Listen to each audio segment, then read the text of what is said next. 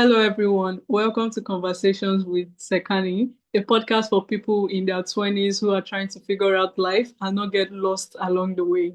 Today's guest is Adrienne Barker, creator of Manners Shift, a modern framework for redefining professionalism as a leadership and credibility advantage in today's high visibility world. Adrienne teaches that being great at what you do is no longer enough. Authority today is built through emotional intelligence, communication under pressure, and how you show up both online and in the room. She's a multi-podcast host, author of Unscripted Brilliance, and a leadership trainer, helping professionals stop being overlooked and start being recognized without gimmicks or burnout. Yeah. Adrienne, welcome to Conversations with Sekani. Thank you so much. And I apologize for correcting you. It is Barker, but a lot of people, the Okay. thing is I don't bake, I bark. So it goes with my name. So Okay. Barker, but I love that. Thank you for that introduction. And you have such a lovely smile. Oh, thank you so much for that. I really do appreciate. Okay, yeah, my core flow actually, opening.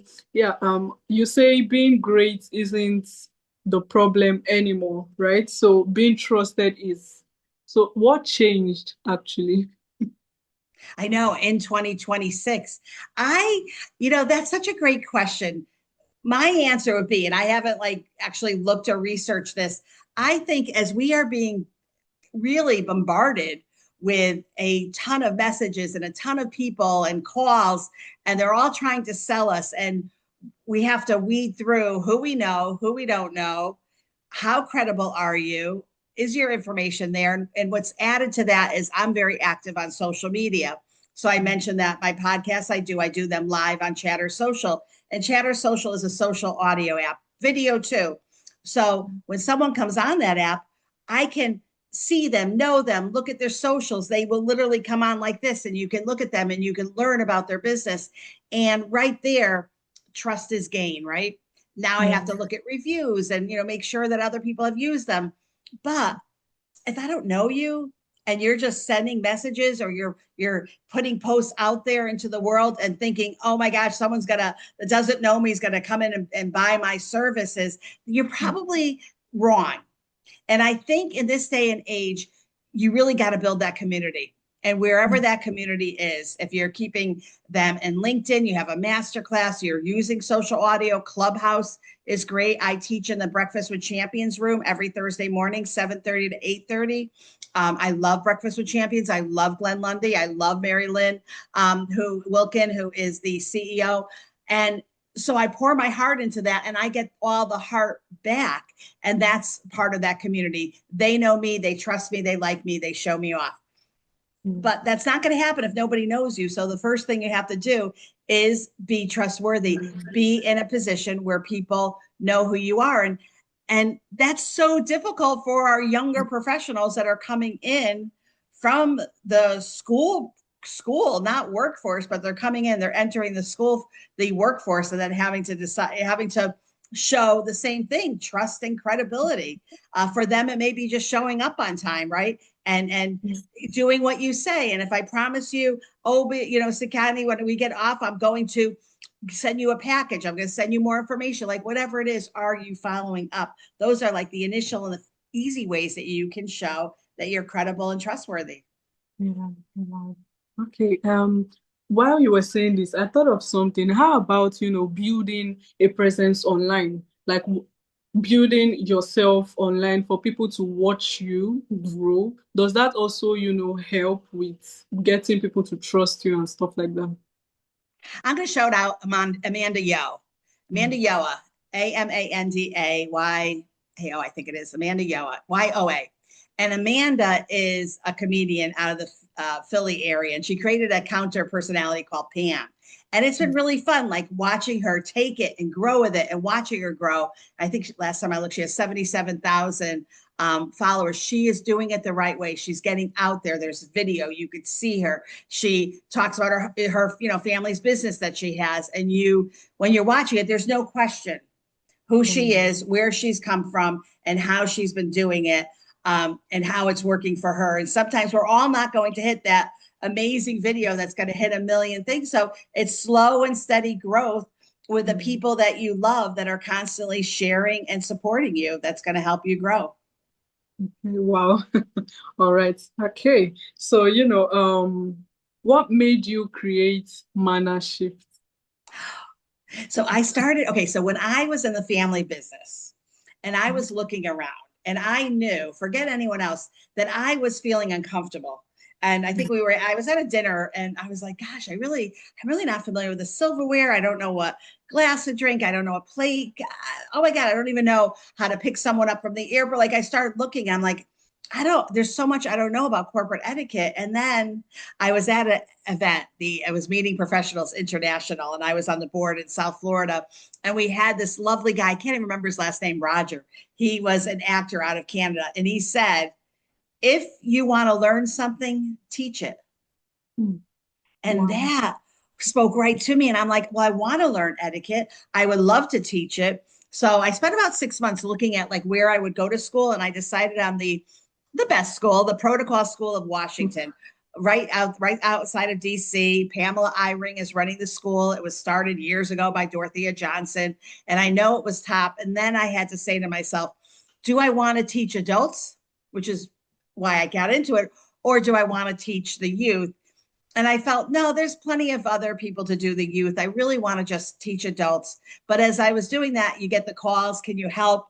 Can you help my student? And my daughter now enters the workforce, and she's 19. And she is looking for jobs. And so she's going and she's doing everything she should do. And the first thing I notice is that none of these places are smart enough to get back to her, to tell her yes or no. And the reason why I say smart enough is because that's how you make a raving fan, right? You take someone, a young girl that wants to come, and we'll take a restaurant. We'll take the, because this just happened, chicken salad chicks, right, out of Ormond Beach. And I called them chicken salad chicks. They're looking for a job. So Alana goes in. They're very nice to her. She gets excited. She fills out all the paperwork. Then she's told, hey, go back in, give a copy of your resume, ask if they made a decision. So she does that. And she's very nicely answered, that information will go to the manager. And then nothing, crickets. Why? Because this day and age, if you're looking to hire someone and you're not using a program or creating your own program, and for that sake, where you could press a button and say, thank you so much. We were so glad you're here. We're going with another candidate. That would be brilliant. If they wanted to be super smart, super creative, they would have had a little coupon and saying, hey, come on in for $2 off your next meal. Make her a fan. And you know what? I will tell you, I was smart enough to do that when I moved to Daytona Beach to open up my parents' 5th art gallery. And when I needed an art director or I needed an art salesperson, I put it into Indeed and LinkedIn.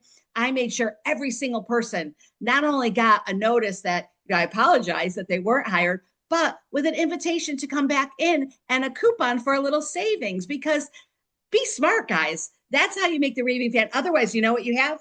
You have Alana's friends going, hey, let's go to the chicken salad chicks. I heard it's delicious. Alana going, nah, they never got back to me. I don't want to ever do business with them again. Like, why in this day and age, when there's so much competition, would you risk that when you could just do something as simple as just pressing a button, preload it in with whatever you want to do? Then as we started talking, my daughter and I realized she's going to be going through all of these different scenarios, and who has showed her the way? Who has had that conversation? So, and then I will stop talking because I want to hear your questions. But so I created the course with her in mind. So I wrote a book first. So just to be clear, no, before the book came the podcast. So I just, okay, so let me go back. So when I did the course with Alana, and it's all scenario courses, which I love and she loved, I was surprised by how much she knew. And she's like, Mom, of course, I've been listening to you for since last 10 years. I've had my business for 10 years. She's heard me share the advice that I give. So she knows it, but I'll tell you what, none of her friends would know it. So it really is important. And then would you like me to share how it came about? Definitely. So I'm on Chatter Social and Clubhouse and Social Audio. I would hear things, people would give their opinions or they would get passionate and yell. Some of them would, I know, feel bad later, but they would lose their mind. Like they would just get really mean, or they would say things that they shouldn't have said. People always telling you what you should do.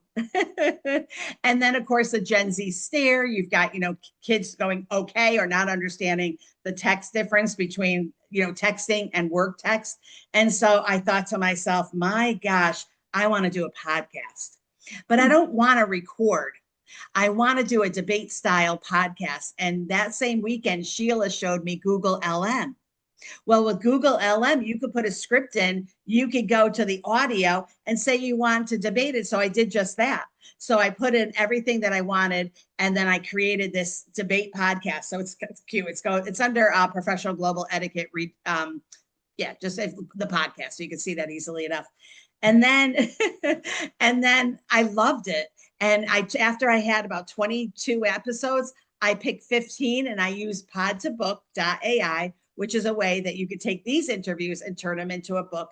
And I turned it into a book. So it was just the 2 AI debate audios. I turned it into a book, and it was a book that I love. And it was for like older people. And it just really literally turned the episodes into a narrative with a story. And then I was at Podfest were you at Podfest? Did you get a chance to go? Yes, I heard of Podfest. Okay, so I was at Podfest this year, and Julie Riga was there, and Julie saw my book, and the cover was ugly. It was ugly. And she said, one word. I want one word, Adrienne, one word, and change this ugly cover. And I went back and I'm like, what word would it be? And I always loved John Maxwell's leadership. And I thought manner shift. It's a shift in manners. So I immediately created a book, a course, a companion website.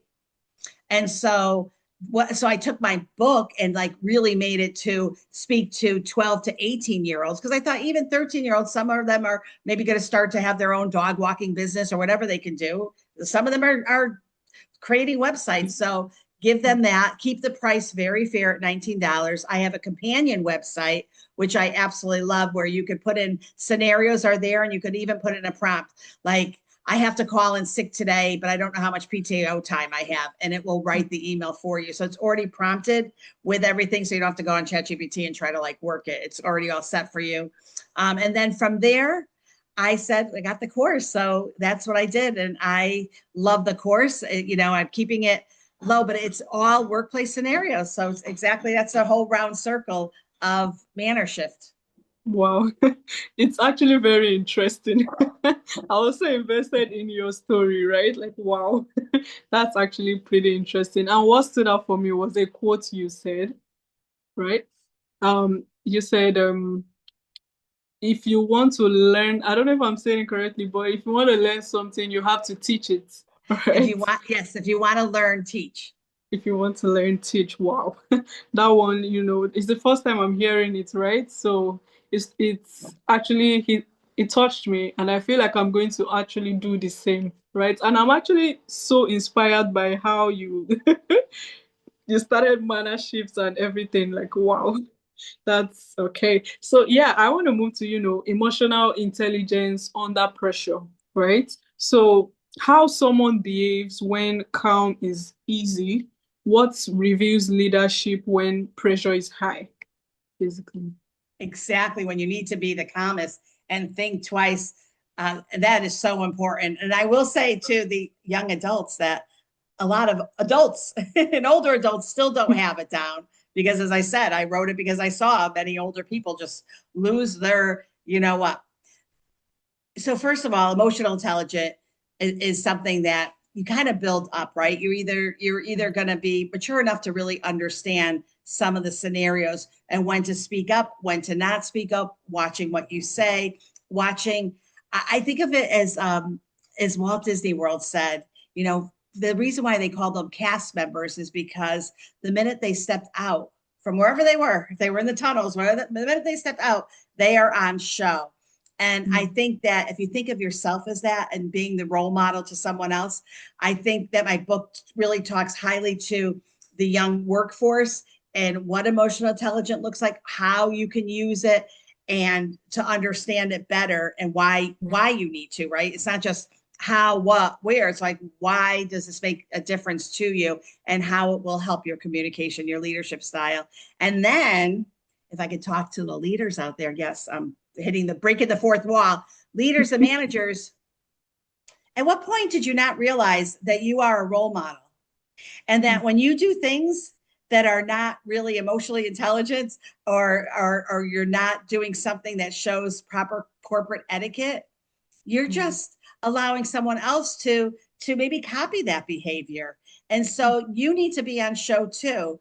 And even if you don't have someone young in your workplace, let's just say everyone's 35, they're still, they're still going to share their stories. They're still going to go home. Let them see the best side of you as a manager. I was always naturally a servant leader. So I always cared about like how someone was doing. It was always people over profits. Are they in the best position? All of that falls under emotional intelligence too. So it's a wide definition, but I think the scenarios that I put together definitely, and there's pro tips along in the course too, but definitely it really follows like where you need to be emotionally intelligent. It could be that you're in a meeting and your manager is asking you for feedback, and maybe you're afraid, maybe you don't say anything, maybe you cushion it in between something that feels good and you lay it out there, but in a nice positive way. Or maybe you think you're going to be abrupt and say, this is what you do wrong. And so it's questions like that, and then picking the right answer. Okay, wow. All right. So yeah, basically, right, my podcast is for, young adults who wants to be professionals, right? So, or let's say who are professionals, because there are some people out there that are young and they're professionals too. So many young professionals, they feel pressure, to build a brand. So what should they focus on first if they want to build a brand?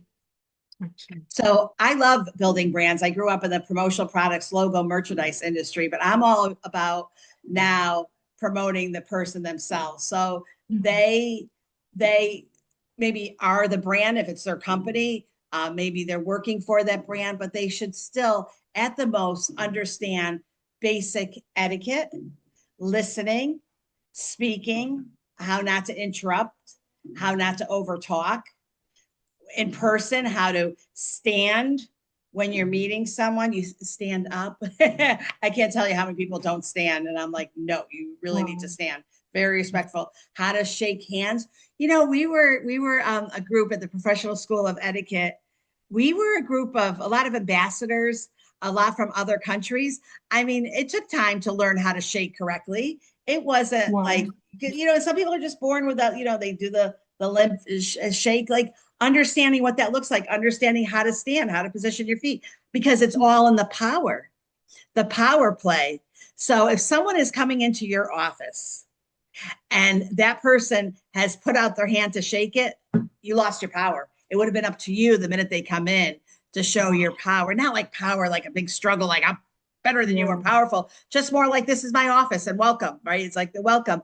That's why we see a lot of presidents. I love looking at the presidents that would go and greet and, would wait at the door and hand the hand out and do a nice shake. Even that, the shake can't be holding hands. It can't be 20 minutes. It can't be touching the shoulder, all the different things. So there's a lot with etiquette and doing things right. And once you understand it, it makes for a great meal. You can concentrate more. And I just want to share this really quick story. When I first graduated and I went to Hollywood, Florida, I was a member of the chamber and I was on the board, and I was at a meeting.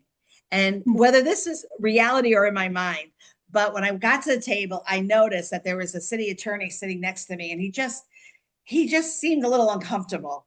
And I sat down and I grabbed my water to the right, solids to the left. So liquids to the right. So I grabbed my water. And let me tell you, I physically saw him breathe like a sigh of relief. And then he started drinking his water. Wow. And then it was like the whole table, because once one person does it correctly, everyone will do it correctly. Once one person does it wrong, everyone will do it wrong. And for the love of everything in this world, if you sit at a table and those rolls are in front of you, please just don't say to yourself, oh, I don't eat rolls, I'm not going to pass them. No. You are not the only one. Those rolls were put in front of you only because there's probably no other room. Either take a roll and pass it counterclockwise, or pass it on, like one or the other. You don't just sit there with the rolls. And I'm talking to you, that person 3 years ago, the rolls were so delicious. Not one person at the table, including myself, felt like comfortable saying, hey, can you pass the roles? Because it was right in front of her. If she didn't have the emotional intelligence to even pass roles, Mm. I felt like it would be embarrassing to actually tell her, hey, can you pass the role? So like all of us, none of us passed the roles. Afterwards, I asked a few, they said, I would love the role. So, it's what you know. Now watch, tomorrow, Mm. everyone will be sitting in front of roles and going, I know what to do. I could pass it. Pass the salt, pass the pepper too. Like these things may not be a big deal to you, or that's not who I am. The youth will say I want to be authentic. That's not knowledge that I know, and I don't want to be fake. Well, it is knowledge that you should have. It could be that your leader is right there thinking, I don't want to have you meet the president of our largest client's company because I can't take you to dinner. Maybe you don't know, or you're not willing to learn. So there's so much to it. I think that there could be nothing more important in my mind if you're going into the business world to understand corporate etiquette. Wow. I just feel like I just want to listen to you talk more about, etiquette and stuff like that. Because I'm not going to lie, I wasn't even, when you gave the example of taking water, doesn't it feel like you're being too forward, by drinking water where people are seated and like in a corporate environment, or probably doing it feels, does it, I feel like sometimes in some settings it is wrong, right?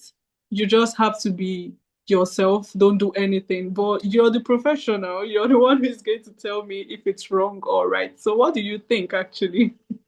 So you should still drink the water. I don't hide, but I think that what happens is if you know what to do in different situations, which is what mannership really wants for our youth, or managers so that they can remember, then you can feel comfortable and you can relax, right? Mm. I take it also like, let's just say you're going to a trade show.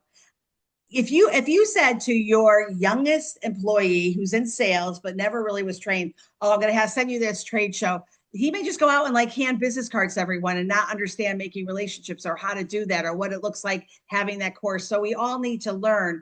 But once you know, then it makes that person will go to the event next time and feel so comfortable. Or they'll be like, I want to go to every networking event. I want to go to every luncheon because I'm comfortable now sitting at the table. And I do, before I forget, I want to make an offer. So did you say that your podcast, that you actually, your niche audience is young professionals, young Yes, adults? young adults, yeah. So what if you were to reach out to all your past guests and invite them to a workshop, and I'll do a free workshop for them? And how cool would that be? And then you get to reconnect with them. Because by the way, when you're doing a podcast, and even this podcast right here, which I did the Podmatch edition. I don't know if you're on Podmatch or not, but Yes. I love Podmatch. So this is the interview with the founder, Podmatch, interview with Sheila Slick, who has a program, pod2book.ai. And then these are narratives. So they're really beautiful. There's 15 stories in here. And I say this because it is so important for you to stay connected with your audience too. So there's, doing a book and offering it to them, whether you charge. I've got 2 new books I'm doing, and I am charging for the interview and being in the book. But I think that's really important, is to showcase and to teach and to leave. So because your whole goal is to really stay connected with whoever you have on as interviews. Are they more people that work with the youth, or are you also interviewing some of the youth themselves? Okay, well, I interviewed some of the youths actually, but mostly the, elderly ones, right? The professionals. So I would really love it actually. I do appreciate the fact that you did that. And I would reach out to you concerning I would that. love that. Well, I love it. No charge. And let's do it. Wow. To me, it's great. And, that's why I kept the price at 19, because I know even that the price is great, but it's not, not overly crazy like what other people are. Actually, I'm doing a LinkedIn course right now, keeping it the same price because I want people to learn and not have to feel like, that, like it's a worse, right? And of course, I put my phone number on everything so people can reach out to me if they don't love it or whatever, for feedback and to let me know. But I think that's another thing is, oh, by the way, that's a pro tip there. How many people text someone but don't say who they are? Hmm. All the time. Yeah. All the time. I haven't heard from you, Adrienne. Or, hey, what are you doing tonight? No. Hi, Adrienne. It's so and so. Why are you assuming I saved your number? I didn't. Don't assume. And if you're in sales, don't make the person you're selling to have to do work for you. Mm. I don't understand that. So I think in this day and age, the way all things are changing, it's really important now that manner shift is out and being utilized because this it's going to be tough. It's going to be tough this year, and credibility, visibility, and even if you're just looking for a role somewhere, that's tough too, right? So it all combines. If you're going for an interview and you're going for an interview, oops, and you're in the waiting room, stay off your phone. Mm. Is that hard to ask? Mm. Don't be scrolling on your phone. That's not, there's all these little things. So we've got to teach. So if your kids, if you don't know them, or maybe you're not, a professional, or you haven't gone through a course or anything, then buy the mentorship program, because it's one way that they're going to get this education. All right. Wow. Thank you so much for this. This has been amazing. I wish we could continue, right? But I have other meetings. So yeah, this is powerful. And I appreciate the offer you gave to me. I really do appreciate. Thank you so much for that. And yeah, where can listeners get to know more about you and what you do, basically? Well, I'm just selfish. I get to stare at you more if I'm doing a workshop. So, Okay, yeah. Thank you. So, where can listeners get to know more about you and what you do? oh, you know what? I really do believe in the power of blogging and writing and LinkedIn and Facebook, and so I'm pretty proud. So if you type my name in, Adrienne Barker, comma MAS, I put in my Masters of Advertising specialties that I earned. That'll pull up me like all over the place. If you look up Manner Shift, MANNERSHIFT, there's an H and an F there, just in case anyone wants to know, Manner Shift. You will see information because I did a lot of blogs and articles. And so Google and AI know exactly what Manner Shift is and what it does. So that's great. So it'll pull it up for you. 386-631-4577. I'm not afraid to give my phone number out. But if you text me and you don't tell me who you are, you're probably going to be blocked, because that's kind of scammy to do.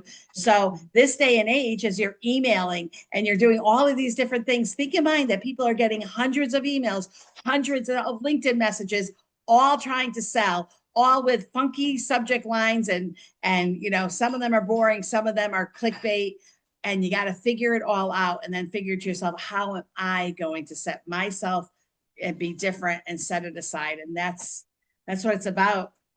Okay, wow. Yeah, thank you so much for this. And like I said, it has been, powerful trying to grow in leadership without losing authenticity and also etiquette, right? Yeah. So I would be visiting your website so I could learn more about this and also your book too, Manner Shifts. I would, want to know more about that Right now, too. the ebook is out, but if you buy the course, you get the ebook included. Okay, well, all right. So, yeah, thank you so much. And thanks for tuning into Conversations with Sekani. If this episode sparked something in you, make sure to share to someone who you think might need this. And also subscribe so you don't miss out on new episode. Thank you, Adrienne. Do have a blessed day ahead of you. Oh my gosh, thank you so much. Your heart, your soul. I can see how lovely you are. I'm happy to help you. I look forward to the workshop. I will send you my landing page for the workshop so you can see what it's all about. Okay, Thank I'll you. be expecting it. All right, bye. Bye. Thank you.